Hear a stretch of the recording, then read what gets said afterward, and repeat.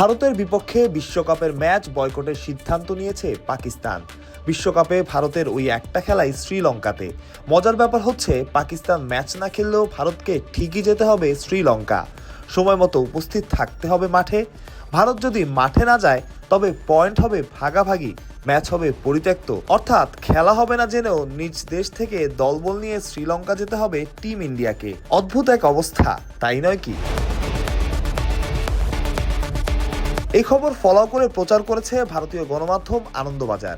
তারা বলছে, international cricket কাউন্সিলের নিয়ম মেনে 15 ফেব্রুয়ারি নির্দিষ্ট সময়ে উপস্থিত থাকতে হবে মাঠে ভারতীয় দলকে। পাকিস্তান ম্যাচ না খেললে আইসিসির নিয়ম অনুযায়ী 2 পয়েন্ট পাবে ভারত। সেই 2 পয়েন্টের জন্যই নির্দিষ্ট সময়ে দল নিয়ে মাঠে থাকতে হবে টিম ইন্ডিয়াকে। শুধু তাই নয়, ম্যাচের আগের দিন নিয়ম মেনে সংবাদ সম্মেলনও হবে, সেখানে উপস্থিত থাকতে হবে ভারতকে। মাঠে গিয়ে ম্যাচ রেফারি চূড়ান্ত সিদ্ধান্ত না নেওয়া পর্যন্ত ভারতীয় দলকে অপেক্ষা করতে হবে। ভাবুন একবার, আপনি জানেন খেলা হবে না, আপনার প্রতিপক্ষ খেলবে না, তাও আপনার মাঠে যেতে হবে, তাও এক দেশ থেকে অন্য দেশে। ভাবা যায়, সময় মতো উপস্থিত থাকতে হবে মাঠে। মানে এও কি সম্ভব? তবে যাই হোক, নিয়ম যা বলে তা তো করতেই হবে। যদিও নিয়ম বদলে যেতে পারে, সবার জন্য নিয়ম তো আর সমান না, সেটাও অবশ্য অনুমান করে বলা।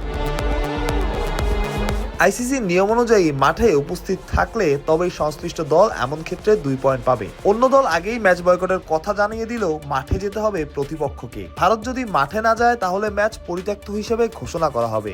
তেমন হলে 2 দলের মধ্যে পয়েন্ট ভাগাভাগি হওয়ার সম্ভাবনা থাকবে। শাস্তি পেতে হবে ভারতকেও। ভারতীয় গণমাধ্যম আনন্দবাজার এই খবর ফলো করেই প্রকাশ করেছে। অর্থাৎ চিন্তা, ভাবনা, শঙ্কা তাদেরও আছে। প্রত্যয়, বিডি ক্রিক টাইম।